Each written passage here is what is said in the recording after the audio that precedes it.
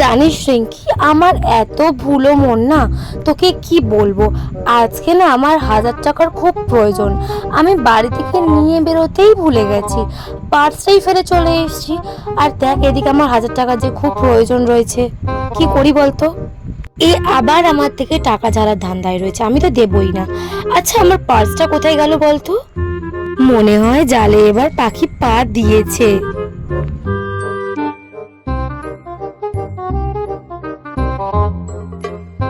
নে, হয়ে গেছে। আরে, আমি তোর জন্য একটা র্যাপিডো বুক করে দিলাম। তো র্যাপিডোটা করে তুই বাড়ি চলে যা। বাড়ি গিয়ে র্যাপিডো দাদাকে তুই তোর টাকা দিয়ে দিবি, পেমেন্ট করে দিবি। দিয়ে তুই তোর 1000 টাকা নিয়ে আবার ব্যাকে চলে আসবি র্যাপিডো বুক করে। আর যদি সেরকম অসুবিধা থাকে আমাকেও কল করতে পারিস, আমি তাহলে তোকে র্যাপিডোটা বুক করে দেবো। নে নে, যা গেটের সামনে গিয়ে দাঁড়া। র্যাপিডো?